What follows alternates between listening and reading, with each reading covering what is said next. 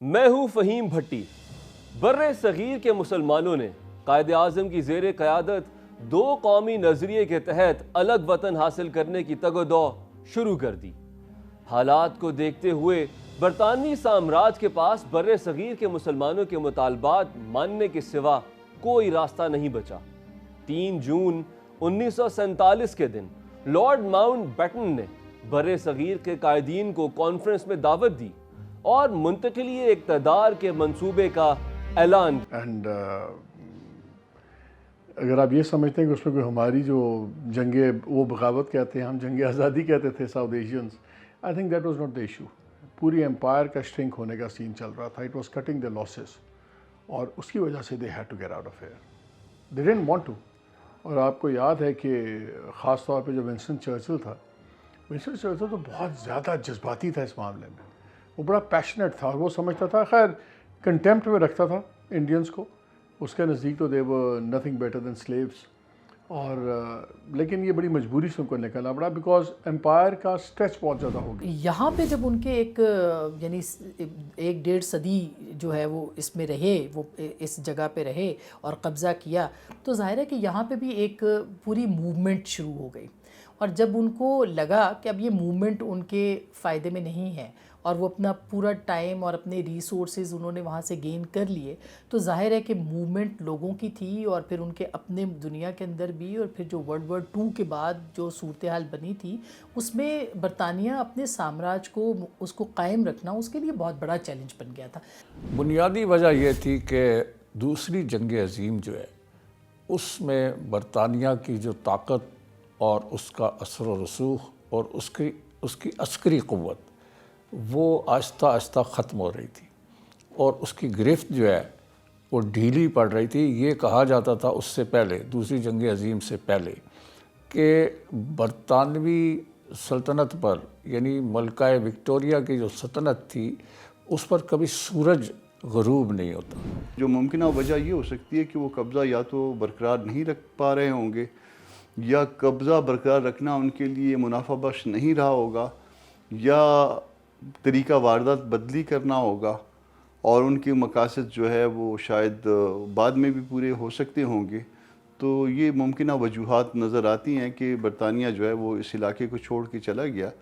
اگر پروفیٹیبل ہوتا تو میرا خیال ہے کہ شاید برطانیہ نہ جاتا۔ دوسری جنگ عظیم میں انہیں تعاون چاہیے تھا کالونیز سے، تو انڈیا میں اس وقت کانگریس اور مسلم لیگ نے پولیٹیکل اور اکنامک ریفارمز کے لیے، اور سب سے بڑھ کے آزادی کے لیے تحریکیں چلائیں۔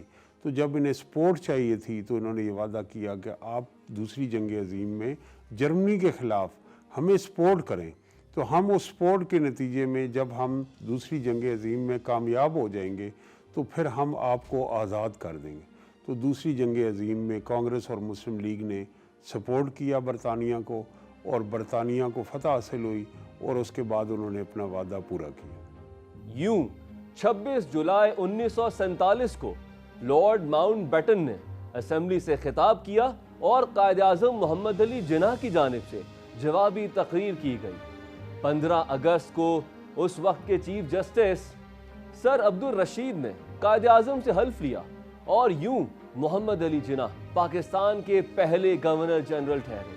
قائد اعظم کی وفات کے 6 ماہ بعد 7 مارچ 1949 کو پاکستان کے پہلے وزیر اعظم نواب زادہ لیاقت علی خان نے اسمبلی میں قرارداد مقاصد پیش کی۔ 24 ممبران پر مشتمل کمیٹی تشکیل دی گئی، جس نے قرارداد پاکستان کی بنیاد پر آئین کی بنیاد رکھی تھی۔ یوں ایک نئی تاریخ کا آغاز ہوا۔ اس میں تعین ہوا کہ پاکستان جو کہ ایک اسلامی مملکت کے طور پر بر صغیر میں ابھرا ہے، وہ کس نوعیت کی ریاست ہوگی، اور اس میں قرارداد مقاصد میں پاکستان کی تخلیق، تشکیل اور اس کے فیوچر کے بارے میں ایک ویژن دیا گیا تھا، اور وہ ویژن یہ تھا کہ یہ جو نئی ریاست ہوگی پاکستان کے نام سے، اسلام کے نام پر اس کا وجود رکھا جائے گا، یہاں پر اسلامی نظام ہوگا، اور یہ کہ اس کا جو مستقبل کا خاکہ ہے وہ کیا ہوگا۔ اس میں قرارداد مقاصد میں تمام تر جو ویژن تھا مستقبل کا مسلمانوں کے لیے، ایک الگ ریاست جو ہے بر صغیر میں بنائی گئی، وہ ایک خاکہ دیا گیا تھا۔ اس لیے اس نے قرارداد مقاصد نے پاکستان کے حصول کی وجہ اور اس کے مستقبل کا ایک نقشہ پیش کیا تھا۔ قرارداد مقاصد یہ جو ہے انڈیا میں یہ پریکٹس ہوئی کہ وہاں ان کے وزیر اعظم جواہر لال نہرو نے ایک آبجیکٹیو ریزولوشن، کیونکہ بہت انڈیا اور پاکستان جب ایک نئی ریاستیں وجود میں آئیں تو اس کا سب سے پہلے ہی ان کے لیے یہ چیلنج تھا کہ انہوں نے کانسٹیٹیوشن میکنگ، آئین سازی کے عمل کی جانب جانا ہے۔ وہ دونوں 1935 کے انڈیپینڈنس ایکٹ آف انڈیا کے تحت آزاد ہوئے تھے، اب انہیں فی الفور آئین بنانا تھا، تو اس کے لیے بھارتی وزیر اعظم جواہر لال نہرو نے آبجیکٹیوز ریزولوشن، تاکہ یہ ہم آئین بنانے سے پہلے ہمارے مقاصد کیا ہیں وہ شامل کی۔ تو پاکستان میں جو وزیر اعظم تھے لیاقت علی خان، انہوں نے اسے شامل کیا 1949 میں۔ اس وقت پاکستان کی سیاست میں جو مذہبی جماعتیں تھیں انہوں نے بڑی اسٹرانگ موومنٹ چلائی تھی کہ اسلام کا کیا رول ہوگا ریاست، سوورینٹی یعنی حاکمیت کا مالک کون ہوگا، کیا ریلیجس ایکٹیویٹی کو اسٹیٹ ریگولیٹ کرے گی نہیں کرے گی، جمہوریت کے بارے میں، مائنورٹیز کے بارے میں۔ تو ان سارے کوسچنز کو قرارداد مقاصد میں سیٹل کیا گیا، یہ کہہ کے کہ حاکمیت اعلیٰ یعنی سپریم جو سوورینٹی ہے اٹ بلانگس ٹو اللہ، اور اسٹیٹ جو ہے وہ ہم ڈیموکریٹک اسلامک اسٹیٹ کی جانب ایک سفر شروع کریں۔ قیام پاکستان کو 76 برس بیت گئے، مگر 31 وزرائے اعظم اپنے منصب پر فائز رہ چکے، جن میں 8 نگران وزرائے اعظم بھی شامل ہیں، جبکہ 73 کے آئین کے تحت عوام اپنے نمائندوں کے ذریعے 5 سالہ مدت کے لیے وزیر اعظم کو منتخب کرتے ہیں۔ اصل فالٹ لائن جو ہے وہ اسی سوال کے اندر چھپی ہوئی ہے کہ 7 حکومتیں آئیں اور 7 چلی گئیں، اور اس کا جو ذمہ دار ہے وہ کون ہے؟ تو ذمہ دار وہ ہیں جنہوں نے ایک فریجائل جو گورنمنٹ بناتے ہیں۔ پولیٹیکل میچورٹی کیوں نہیں آئی؟ ایوب خان کے مارشل لاء سے پہلے اگر آپ دیکھیں تو ہاؤ مینی پرائم منسٹر وہ چینج، اس میں فوج کا کوئی عمل دخل نہیں تھا، مینلی پولیٹیکل ان فائٹنگ تھی، there was imbalance in terms of east Pakistan west Pakistan, so all told ایک انسٹیبلٹی تھی، ہر سال ایک پرائم منسٹر چینج ہوتا تھا، اسپیشلی آفٹر لیاقت علی خان شہید جو ہمارے پرائم منسٹر تھے۔ So I think that is one reason جہاں سے پھر مارشل لاء کا آغاز ہوتا ہے۔ پھر 60s کے بعد یو ہیڈ ایوب خان زیرا، فالوڈ بائی پھر 71 میں 65 وار ہوئی، اگین میجر چیلنج، اور پھر 71 میں پاکستان دو لخت ہوا۔ یہاں پہ جو سیاسی جماعتیں تھیں، یا ایک ہی سیاسی جماعت تھی پاکستان مسلم لیگ اس زمانے میں، انہوں نے بھی بہت سے کمپرومائزز کیے، اور مسلم لیگ جو تھی اس کی سیاست بھی جو ہے وہ اگر آپ دیکھیں کہ ایک ہندوستان تھا، ایک پورا جو بر صغیر تھا، اس کے اندر ان کی سیاست تو رہی اینٹی سامراج، لیکن جیسے ہی سامراج رخصت ہوا تو وہ بھی اپنی جو ایک اینٹی سامراج پالیٹکس تھے اس کو وہ برقرار نہیں رکھ سکے، اور یہاں سے جو ہے وہ مسائل شروع ہوئے باقی سیاسی جماعتوں کے لیے بھی، اور ایک پولیٹیکل سیٹ اپ کے لیے، ایک پارلیمنٹری ڈیموکریسی کے لیے۔ پھر قائد اعظم محمد علی جناح کا جلدی چلے جانا۔ دیکھیے ہمیں آزاد ہوئے آپ کہتے ہیں کہ 76 سال ہو گئے، اس کو تھوڑا سا اگر ریفریز کریں نا تو ہمیں الگ ہوئے جو ہے 76 سال ہوئے، شاید آزاد اللہ کرے کہ ہم آزاد ہوئے ہوتے یا آزاد ہو جائیں ان مسائل سے جو غلامی کے مسائل تھے۔ ہم نے غلامی کو بدلی کیا، پہلے ڈائریکٹ تھی شاید، پھر انڈائریکٹ ہو گئی، اور پھر غلامی کی جو ہے نا وہ کئی صورتیں ہوا کرتی ہیں۔ غلامی کی جو بدترین صورت ہے وہ معاشی غلامی ہے، اور معاشی غلامی جو ہے وہ برقرار رہی۔ پھر سیاسی غلامی ہے، سیاسی غلامی بھی برقرار رہی، آپ کبھی بھی جو ہے اس سیاسی غلامی کے چنگل سے نہیں نکل پائے۔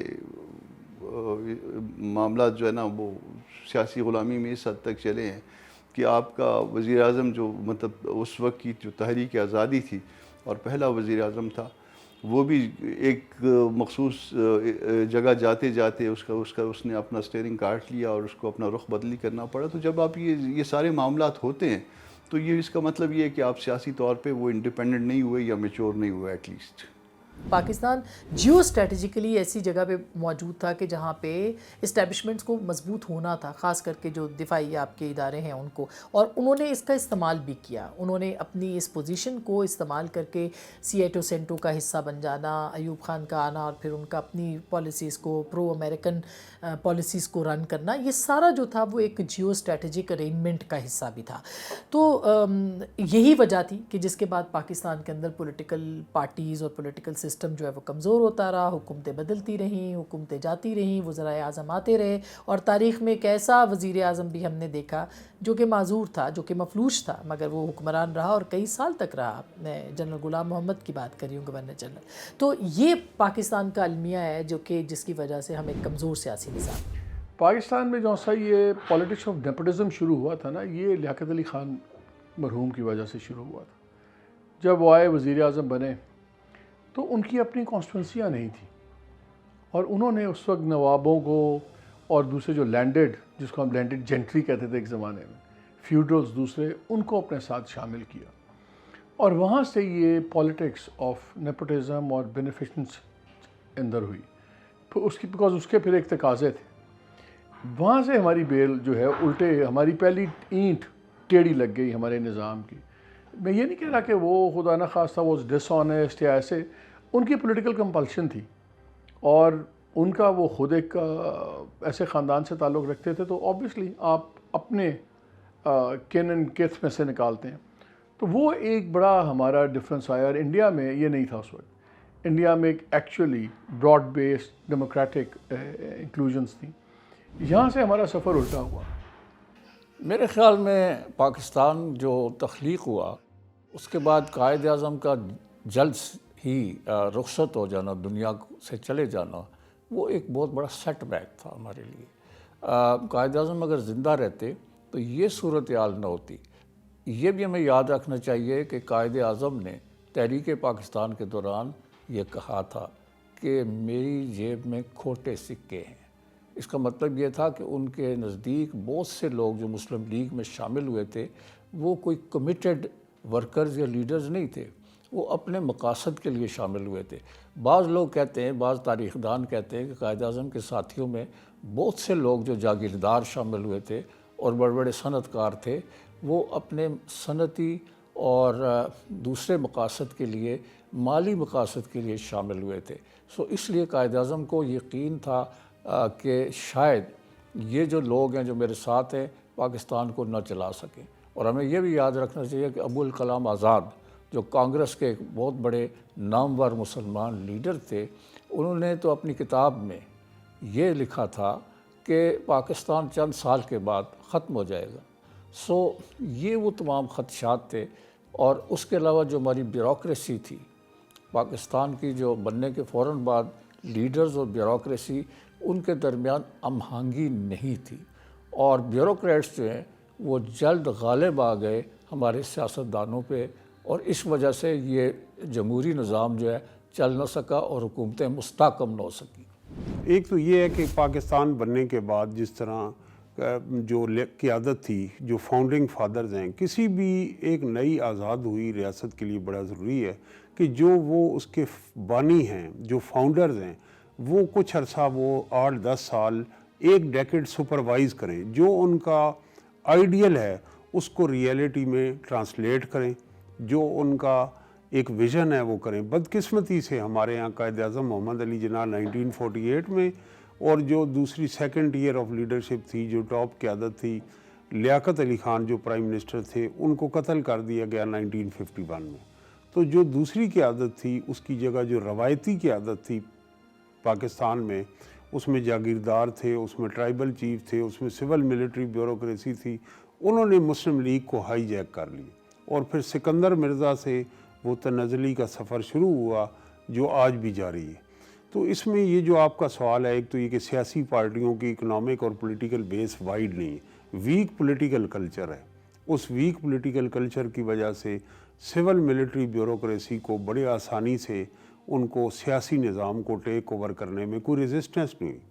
اور مولوی تمیز الدین تھے، جب پہلی اسمبلی خواجہ ناظم الدین صاحب کے وقت برخاست کی گئی تو وہ اسپیکر تھے، اور وہ عدلیہ میں گئے. اب کسی بھی ملک میں جو ڈیموکریٹک کنٹری ہوتا ہے وہاں اگر کوئی اسمبلی ڈیزالو ہو, کانسٹیٹیوشن ایبروگیٹ ہو اور آپ کے سیاسی نظام کو خطرہ ہوتا ہے تو جوڈیشری جو ہے وہ ایک important pillar of the state ہے, وہ پروٹیکٹ کرتی, وہ آئین کی محافظ ہے, وہ آپ کے سیاسی نظام کی محافظ ہے. وہاں ایک بڑا عجیب و غریب فیصلہ آیا, ڈاکٹرائن آف نیسیسٹی.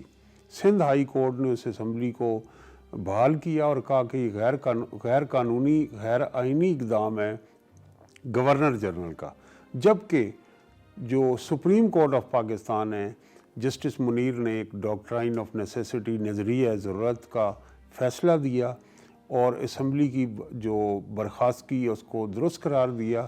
تب سے اب تک ہم نظریہ ضرورت کے تحت چل رہے ہیں اور جو غیر جمہوری کو ہوتے ہیں, کیونکہ اس پولیٹیکل پارٹیز نئی ایک اینٹی تھیں برٹش کلونیل انڈیا میں, جو برٹش انڈین آرمی تھی, جو برٹش سول سروس تھی, جو برٹش جوڈیشری تھی, وہ ایک انسٹیٹیوشن تھے, پاکستان کی آزادی سے قبل کے انسٹیٹیوشن تھے, اور ان کے مقابلے میں جو سیاسی جماعتیں ہیں وہ کمزور تھیں اور آہستہ آہستہ پھر کرائسس آف لیڈرشپ بھی ہوا, پھر پاکستان کولڈ وار کا بھی تعدی بنا. عالمی سیاست میں بھی جو پاکستان کا کردار تھا اس نے یہاں غیر جمہوری قوتوں کو مضبوط کیا. نواب زادہ لیاقت علی خان نے 15 اگست 1947 سے 16 اکتوبر 1951 تک بطور وزیر اعظم پاکستان کی باغ دوڑ سنبھالی, اور اسی دن ان کو کمپنی باغ راولپنڈی میں سینے پہ 2 گولیاں مار کر شہید کر دیا گیا. نہیں پتہ چلا نا, کچھ چیزیں تاریخ کے گرد کے نیچے چھپ جاتی ہیں, and it's too late now frankly کہ وہ کیا محرکات تھے کیا نہیں تھے. ظاہر ہے ایک لنک کاٹا گیا تھا اس وقت, اور پھر ہم نے دیکھا جو اس کے بعد ہوا, بٹ آئی کانٹ اسپیکولیٹ کہ میرے نزدیک وہ کیا تھا کون تھا, کیونکہ ایک نیسن سٹیجز میں ملک تھا, ویسٹڈ انٹرسٹ تھے. It could be anyone, it could be anyone. لیکن میں وہ اس کو کوئی اسلام کے خلاف صہیونیت کی سازش نہیں کہوں گا. آئی ڈونٹ تھنک کہ اس وقت انڈین گورنمنٹ انوالو تھی, آئی ڈونٹ تھنک سو. تھا ڈومیسٹک پالیٹکس کا ہی سین, لیکن ہمارے ملک میں انڈیویجولز بھی ماشاء اللہ کافی کئی باری حد سے آگے بڑھ جاتے ہیں. لیاقت علی خان پاکستان کے پہلے سویلین وزیر اعظم تھے اور وہ قائد اعظم کے انتہائی معتمد ساتھی تھے. لیاقت علی خان ایک پوری ریاست متحدہ ہندوستان میں چھوڑ کر پاکستان آئے تھے. وہ ایک عظیم اور مدبر لیڈر تھے اور وہ ہندوستان کے خلاف تھے, اور اس کے علاوہ خود جو بیوروکریسی ہے پاکستان کی اس وقت کی, وہ بھی لیاقت علی خان کی پالیسیوں سے زیادہ خوش نہیں تھی. اس کی وجہ یہ تھی کہ لیاقت علی خان پاکستان کو ایک صحیح معنوں میں اسلامی مملکت بنانا چاہتے تھے. وہ یہاں پر پارلیمانی نظام کو مستحکم کرنا چاہتے تھے. وہ پاکستان کو عسکری اور فوجی اعتبار سے بھی بہت سٹرونگ کرنا چاہتے تھے.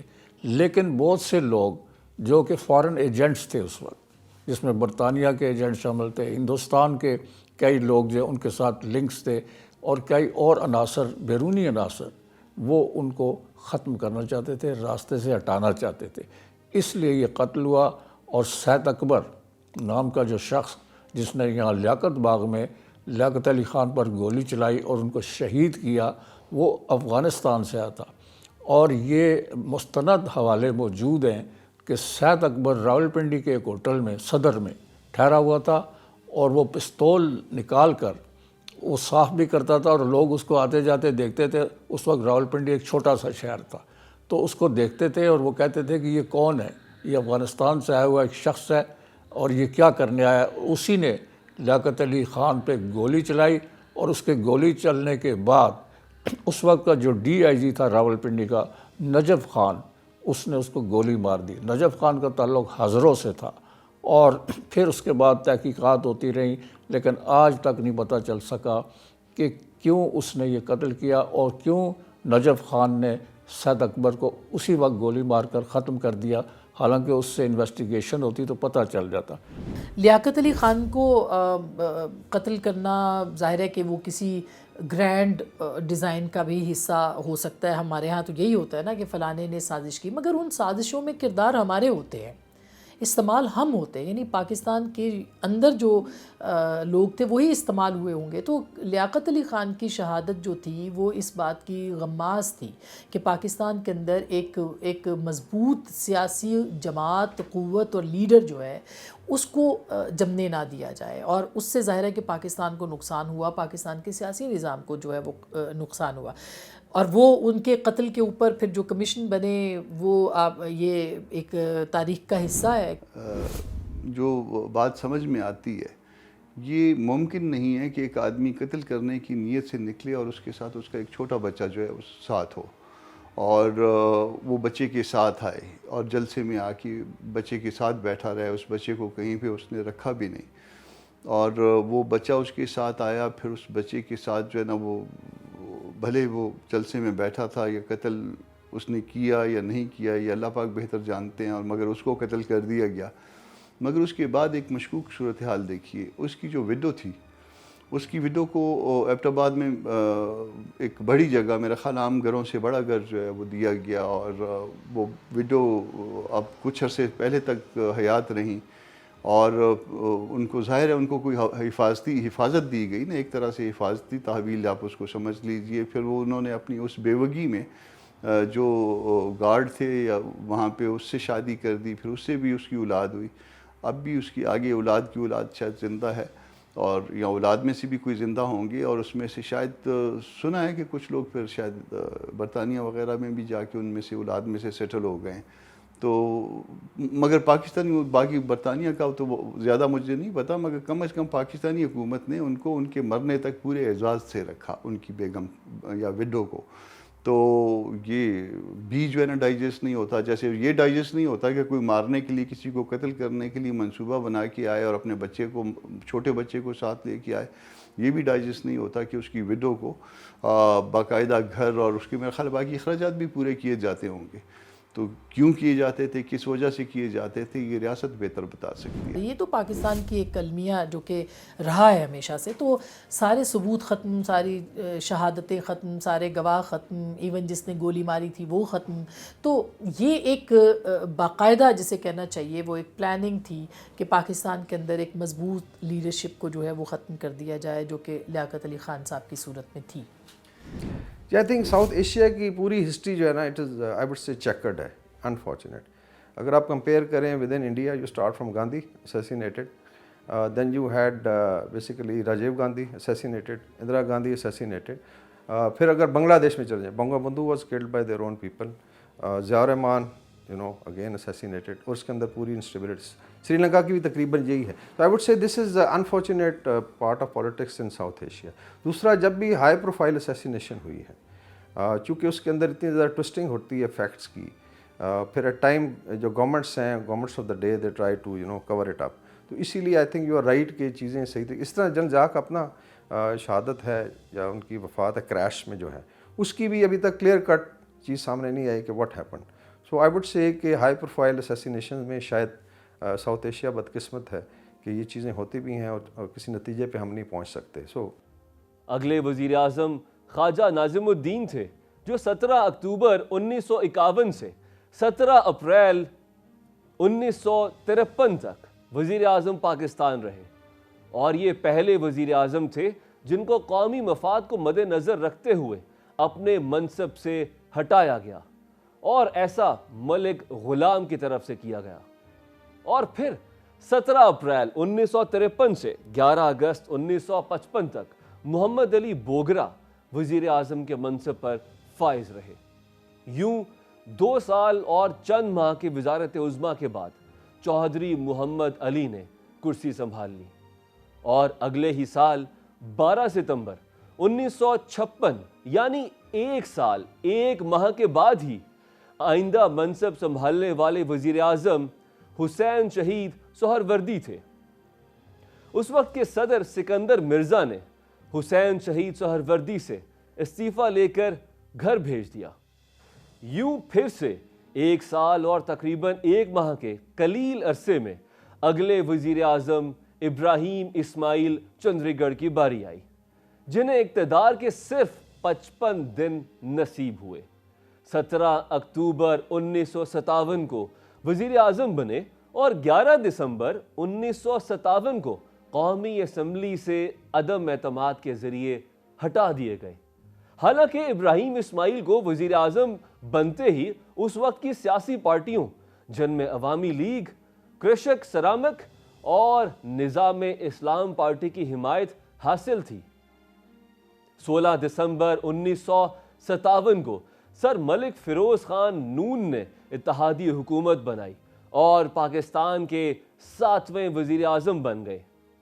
یہی وہ دور تھا جب مسقط اور عمان سے $30 لاکھ میں گوادر کو حاصل کیا گیا، اور آج گوادر سرزمین پاکستان کا حصہ ہے۔ بلوچستان کوشچن کا ہے، ہم بلوچستان کے معاملے کو دیکھتے رہے ہیں سیکورٹی پیراڈائم میں، ہم اس کا حل ڈھونڈتے رہے ہیں یوز آف فورس کے تھرو، اور ہمیشہ اس کو ایک ادر کا پرابلم سمجھا گیا ہے۔ میں نے ایک زمانے میں ایک آرٹیکل لکھا تھا، بڑی مجھ پہ تنقید ہوئی، اس میں لکھا تھا کہ you can't see Balochistan from اسلام آباد۔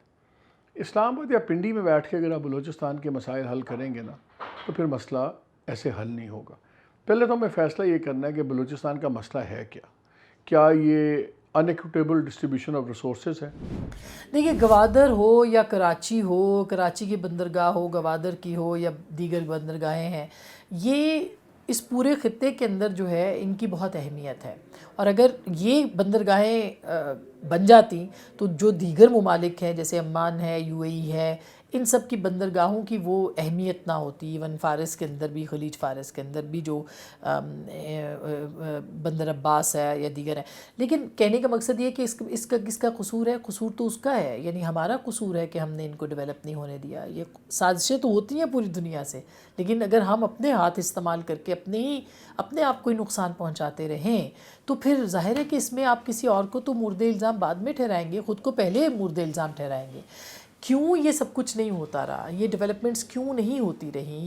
یہ تمام جو اسٹریٹجک پوائنٹس تھے ان کو ہم نے کیوں ڈیولپ نہیں کیا؟ ان کو بلوچستان کے اندر جو ہے وہ ریسورسز کا معاملہ ہو یا وہاں پہ لوگوں کو حقوق دینے کا معاملہ ہو، وہاں کی گیس جو ہے اس کا فائدہ لاہور تو اٹھائے، سرگودا تو اٹھائے، راول پنڈی تو اٹھائے، لیکن اس کی گیس کا فائدہ جو ہے وہ سوئی اور ڈیرہ بگٹی نہ اٹھائے، تو یہ ایک محرومی تو پیدا ہوگی۔ اور یہ ساری احساس محرومی جو ہے یہ پورے بلوچستان کے ساتھ ہے کہ گوادر کے پانی کے اوپر ہمارا قبضہ ہو، لیکن گوادر کے جو ساحل ہیں ان کے اوپر بسنے والے جو لوگ ہیں ان کو پانی بھی دستیاب نہ ہو۔ تو یہ ایک المیہ ہے جس کے اندر جو ہے وہ ہم اس وقت ہمیں بطور ریاست کام کرنا تھا اور وہ نہیں ہوا۔ جو ری فیولنگ کے لیے شپس وغیرہ بامبے سے نکلتی ہیں، دین دے وڈ اسٹاپ ہیئر، اس کے علاوہ اور بہت سی چیزیں ہیں، لیکن ظاہر ہے وہ کبھی یہ کہہ نہیں سکتے، UAE پہ انگلی بھی نہیں اٹھا سکتے، ہم نے پیسے مانگنے ان کے پاس ہی جانا ہوتا ہے، ڈیفالٹ ہوتا ہے، بلین لیا، آج تک ہم نے تو 38 لاکھ کے پیسے نہیں پورے مانگے ان سے،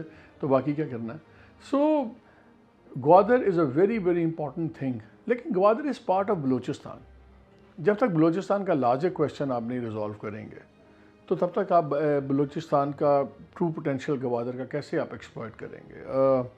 again very senior top former DGI نے مجھے ایک دفعہ بتایا، انہوں نے کہا جی ہمارے پاس ایویڈنس ہے کہ انڈیا تقریباً 40 سے 45 ملین ڈالر سال کا لگاتا ہے بلوچستان میں یہ انریسٹ کو کرنے کے لیے۔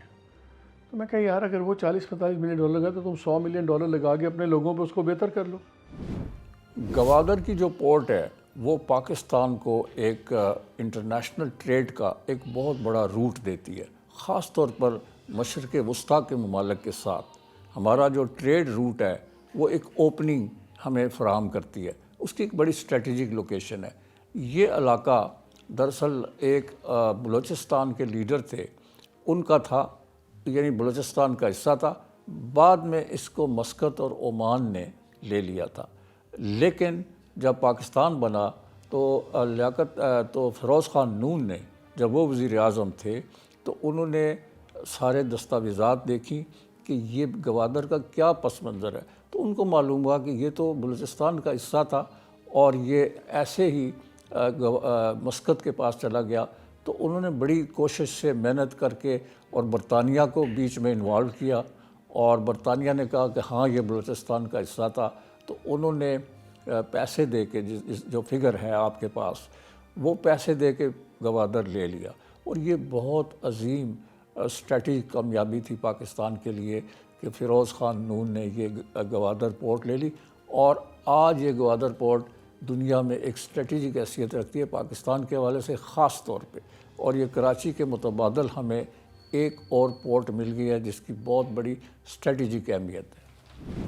اصل اہمیت تو میرے خیال ہے نون صاحب کے زمانے میں بھی پتہ تھی، یا اس وقت کی اسٹیبلشمنٹ کو بھی پتہ تھی، اور اس میں یہ جو خرید و فروخت تھی اس میں کسی خاتون کا کردار جو ہے، مطلب پتہ نہیں نون صاحب کی بیگم تھی یا کون تھی، ان کا خاتون کا کردار جو ہے وہ ان سے زیادہ جو ہے نا وہ بہتر تھا۔ مگر یہ جو بھی کیا گیا ہوگا وہ میرا خیال سوچ سمجھ کے کیا گیا ہوگا اور پاکستان کے مفاد میں ہی کیا گیا ہوگا، مگر اس کا بینیفٹ نہیں لیا جا سکا۔ دو وجوہات ہیں۔ کردار تو مطلب اس جگہ کی اہمیت کا تو سب کو پتہ چل گیا تھا، دیٹس وائی کہ اس کو جو ہے نا وہ $30 لاکھ جو ہے اس وقت $30 لاکھ بہت بڑی اماؤنٹ ہوتی ہوگی، یا پاکستان کے لیے بھی، اور جن سے خریدا گیا تھا سلطنت عمان والوں سے، ان کے لیے بھی۔ اور پھر اس کا ایک ماضی بھی تھا۔ ماضی یہ تھا کہ یہ ہمیشہ جو ہے ریاست کلات کا حصہ رہا تھا، اور ریاست کلات نے ایک سرٹن پیریڈ کے لیے جو ہے اس کو دیا تھا، اور وہ پیریڈ ایکسپائر ہو چکا تھا، مگر اس کے باوجود پیمنٹ کی گئی تاکہ بین الاقوامی ڈسپیوٹ سے بچا جا سکے۔ فیروز خان نون اس وقت کے صدر پاکستان سکندر مرزا کی صدارت کی مدت میں توسیع کے حق میں نہ تھے۔ وہی ہوا جس کا ڈر تھا۔ 7 اور 8 اکتوبر 1958 کی درمیانی رات سکندر مرزا نے اپنی ہی پارٹی کی حکومت کا تختہ الٹ دیا اور جنرل محمد ایوب خان کو چیف مارشل لا ایڈمنسٹریٹر مقرر کر دیا۔ 13 سال اور 1 ماہ کے طویل عرصے کے بعد نور الامین نے 7 دسمبر 1971 کو وزیر اعظم کا حلف لیا۔ 27 اکتوبر 1958 کو پاکستان میں اس وقت کے commander in chief general Ayub Khan نے مارشل لا لگا دیا۔ جنرل ایوب خان کو سکندر مرزا نے، جو پاکستان کے صدر تھے 57 میں، انہوں نے ان کو ڈیفینس منسٹر بنایا، اور اس کے بعد ایک عرصے کے بعد جب وہ ڈیفینس منسٹر بطور کیبنٹ میں شرکت کرتے تھے تو ان کو سیاسی حکومت کی کمزوریوں کا احساس ہوا، اور انہوں نے 27 اکتوبر 1958 کو ملک میں مارشل لا لگا دیا اور بہت سے سیاستدانوں کو گرفتار کر لیا۔ ایک ایبڈو قانون بنا تھا جس کے تحت سیاستدانوں پر، مشرقی اور مغربی پاکستان کے سیاستدانوں پر پابندیاں لگا دی گئیں۔ بہت سے سینئر بیوروکریٹس کو گرفتار کر لیا گیا اور کہا گیا کہ یہ کرپٹ ہیں، انکمپیٹنٹ ہیں، یہ حکومت نہیں چلا سکتے۔ تو یہ ایک انہوں نے آپریشن کیا، مارشل لا لگایا۔ 2 سال تک وہ فوج کا چیف مارشل ایڈمنسٹریٹر کے طور پہ کام کرتے رہے۔ 1962 میں انہوں نے پاکستان کو ایک نیا آئین دیا۔ 56 کا کانسٹیٹیوشن جو ہے اس کے تحت پاکستان میں 1958 میں الیکشن ہونے تھے، جو نہیں ہو سکے اور مارشل لا لگ گیا۔ ایوب خان نے جو مارشل لا لگایا اس کے بعد انہوں نے پاکستان کو پارلیمانی نظام کی جگہ صدارتی نظام کے تحت چلانا شروع کیا۔ 1962 کے کانسٹیٹیوشن میں پاکستان میں ایک صدارتی نظام لایا گیا جو 10 سال رہا، اور اس میں جو ارکان اسمبلی تھے وہ صدر اور صوبائی اسمبلی کے ارکان سب صرف 80,000 لوگ ووٹ دیتے تھے۔ 40,000 مغربی پاکستان سے، 40,000 مشرقی پاکستان، 80,000 ووٹ کا ایک الیکٹرل کالج بنایا گیا۔ ان کو کہا گیا بیسک ڈیموکریسی ممبرز۔ وہ الیکٹ ہوتے تھے نچلی سطح پہ، لوکل باڈیز پہ، وہی صدر کو منتخب کرتے تھے، وزیر اعظم کو منتخب کرتے تھے، وہی سارا نظام جو ہے اس کو چلاتے تھے۔ تو 80,000 لوگوں کو خریدنا یا ان کی وفاداریاں خریدنا، ان کو مینیپولیٹ کرنا بڑا آسان تھا۔ دیکھیں، ہماری ڈیموکریسی ہمیشہ وائلنس میں سے نکلی ہے، ہماری ڈیموکریسی ہمیشہ ایک انریسٹ میں سے نکلی ہے، اس لیے اس کے اندر ایک خاص انسٹیبلٹی، بلٹ ان انسٹیبلٹی ہے۔ اور ہماری ڈیموکریسی اس لیے ابھی تک نہیں آئی کہ جب آپ 60s کا دور دیکھ لیں، 50 آنورڈز دیکھ لیں، ایوب خان آنورڈز دیکھ لیں، جتنے لوگ پولیٹکس میں پاور میں آئے وہ انسٹیٹیوشنل ہیلپ سے آئے۔ نتیجہ کیا ہوا کہ کسی نے بھی ڈیموکریسی ڈیولپ نہیں کی پارٹیز کے اندر۔ جب پارٹیز کے اندر جمہوریت نہیں ہے تو ملک میں کہاں سے آئے گی؟ آپ دیکھ لیں تمام پارٹیز خانوادے ہیں۔ ANP سب سے پروگریسو ہوتی تھی، اور لیفٹ کی جماعت، پروگریسو جماعتیں، یہ جماعتیں ٹریڈیشنلی کبھی مورسی سیاست کی نہیں ہوتی۔ ANP میں ہم دیکھ لیں ولی خان کے بعد جناب اسفندیار کے بعد اب ایمل ولی، آپ ریلیجس میں چلے جائیں مولانا صاحب کے والد، اب مولانا صاحب کے بچے ہیں، بلا بلا بلا چل رہا ہے. Same goes to People's Party, same goes with PMLN. کہیں بھی آپ دیکھ لیں، ایون اسمال PMLQ، وہاں بھی چودھری شجاعت صاحب، پرویز علی صاحب آگے سے ان کے بچے، آگے سے ان کے بچے. تو جب آپ ایک ڈیموکریٹک کلچر ایوالو نہیں کرتے تو پھر ایک پاور کلچر میں آپ کو سروائیو کرنا پڑتا. پاور کلچر کے اندر آپ کی ریلائنس ہوتی ہے اسٹرانگ ویسٹڈ گروپس کے اندر. تو جب آپ ان کلچر میں پالیٹکس یا جمہوریت پنپے گی تو پھر اس کے ایلیمنٹس کیا ہوں گے؟ اس کی صرف ویلنگ ڈیلنگ کے ایلیمنٹس ہوں گے. ہمارے ملک میں جمہوریت ایک نام ہے ڈیل میکنگ کا. الیکشن ایک پروسیس ہے صرف گورنمنٹس کو ایک لیجٹیمیسی دینے کا. وہ کہتے ہیں نا کہ democracy is not about how votes are cast, it's about votes are counted. ہمارے یہاں ٹوٹل گیم ہے. آج کے حالات میں دیکھ لیں کیا ہو رہا ہے. آپ کو ابھی پتہ بھی الیکشن نہیں ہوئے اور آپ کو آج پتہ ہے کہ کون پرائم منسٹر ہوگا.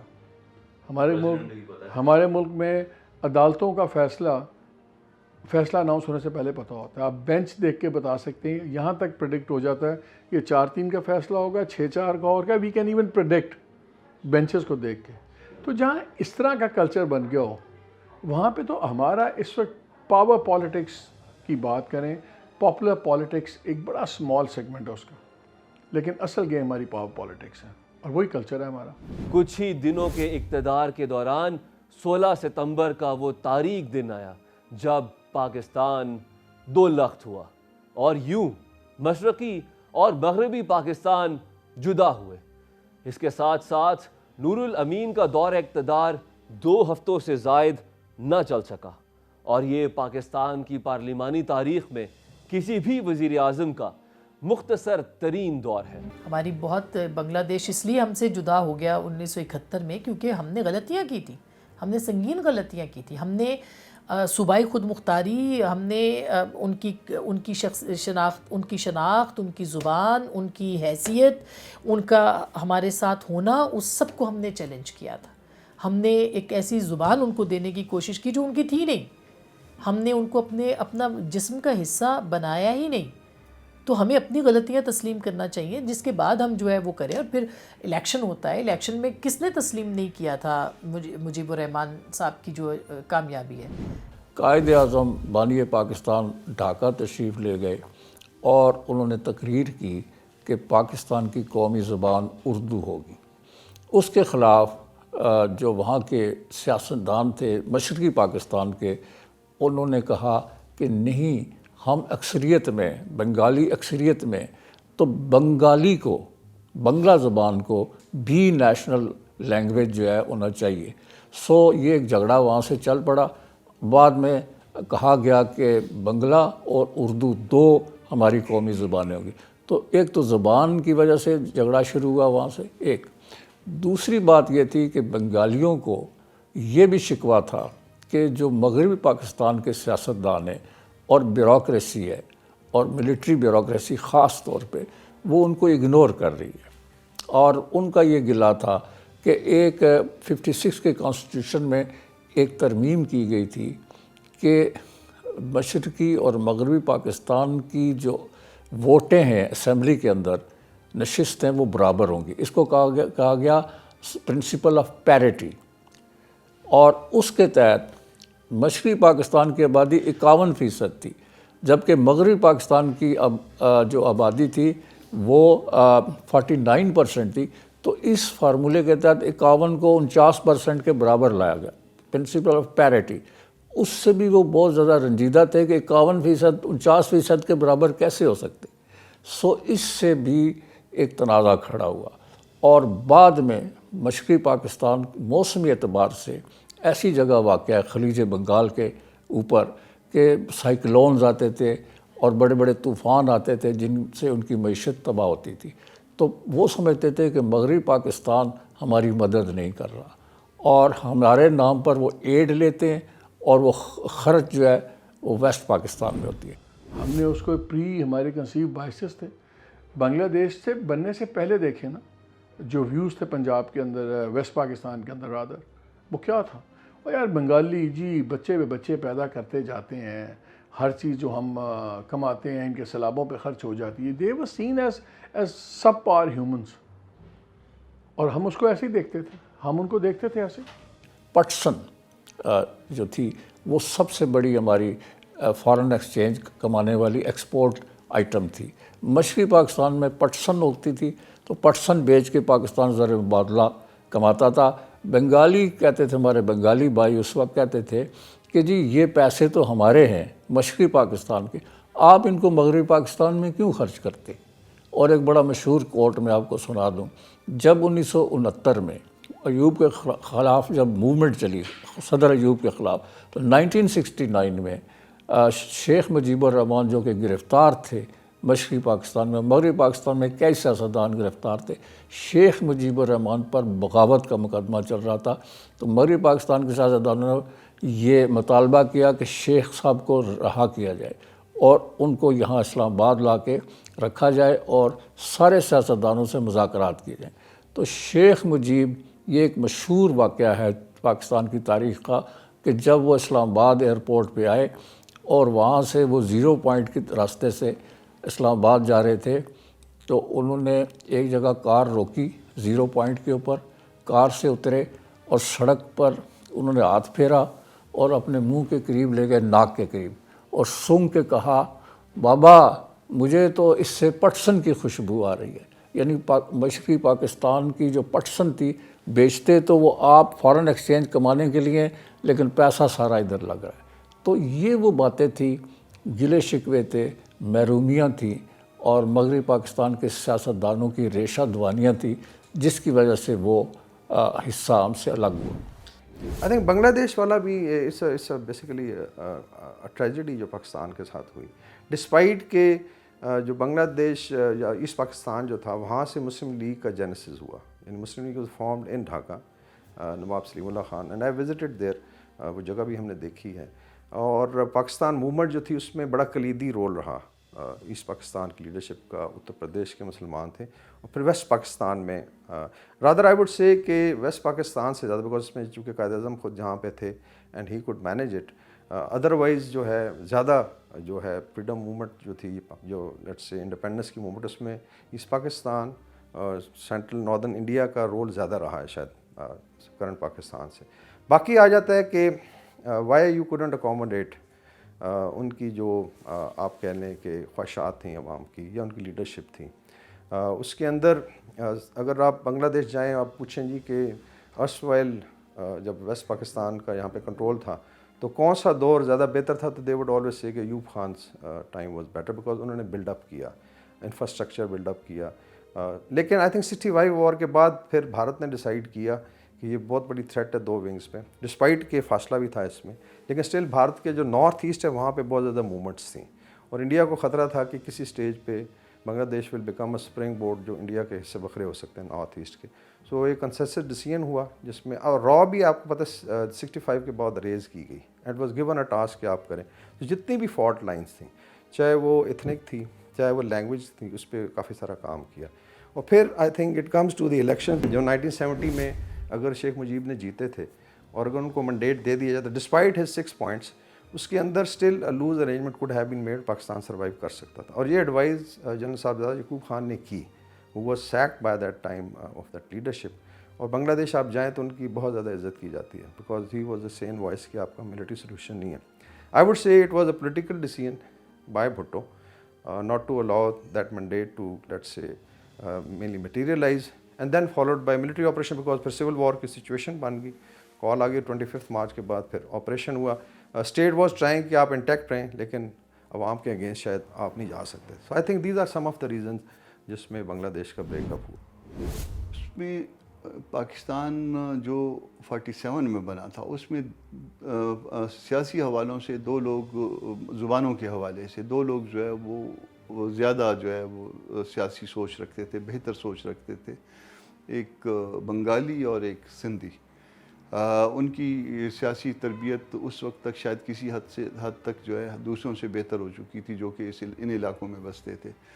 تو وہ بنگالی جو ہے وہ نسبتاً وہ آپ کے ساتھ وہ برابری کی سطح پہ جب بات کرتے تھے تو وہ اگر 1 پوائنٹ سم تھنگ تھے تو آپ 1 پوائنٹ سارا باقی ریمیننگ جو ہے نا وہ اگر اس کے مقابلے میں 1 ہوتا تھا تو آپ اس کو جو ہے نا آپ برابر کر لیتے تھے کہ نہیں ہم دونوں برابر ہو گئے، اور 1 یونٹ کا وہ آپ نے تصور دے دیا.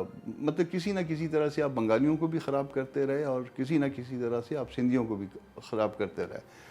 سندھی اب چونکہ وہ آپ کے لیے زیادہ ایکسیس میں تھے، یا آپ نے اس کو سندھ کو یا سندھیوں کو بوجھ نہیں سمجھا اس طرح سے ایز سچ، اور بنگالیوں کو بوجھ سمجھا، تو بنگالیوں کے لیے جو ہے آپ نے 57 سے لے کے 71 تک راہ ہموار کی. آپ نے سمجھا اس بات کو کہ ان سے جان چھڑانی چاہیے، تو وہ جان چھڑاتے چھڑاتے آپ اس جان چھڑانے میں کامیاب ہو گئے. حالانکہ شیخ مجیب اس سے زیادہ جو 18th امینڈمنٹ میں تھا، میرا خیال ہے اس سے زیادہ تو نہیں مانگ رہے ہوں گے، یا اگر مانگ رہے ہوں گے تو 19-20 کا فرق ہوگا اور اس پہ بات ہو سکتی تھی.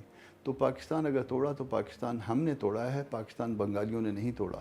بنگلہ دیش کی علیحدگی میں جہاں میں سمجھتا ہوں کہ ہمارا کولیکٹیو فیلئر ہے، لیکن اس کے اصل جو محرکات ہیں میں سمجھتا ہوں کہ پارلیمانی جمہوریت پہ ہمارا کنسنسس نہ ہونا، پارلیمانی جمہوریت کو رد کر کے صدارتی نظام کو نافذ کرنا، صوبائی خود مختاری اور صوبائی خود مختاری کا احترام نہ کرنا، صوبوں کو ان کے حقوق نہ دینا، احساس محرومی ان کا وہ ظاہر نہ کرنا، اور جو سیاسی معاملات ہیں ان کو بزور طاقت حل کرنے کی روش نے بنگلہ دیش کو مشرقی پاکستان کو ہم سے علیحدہ کر دی.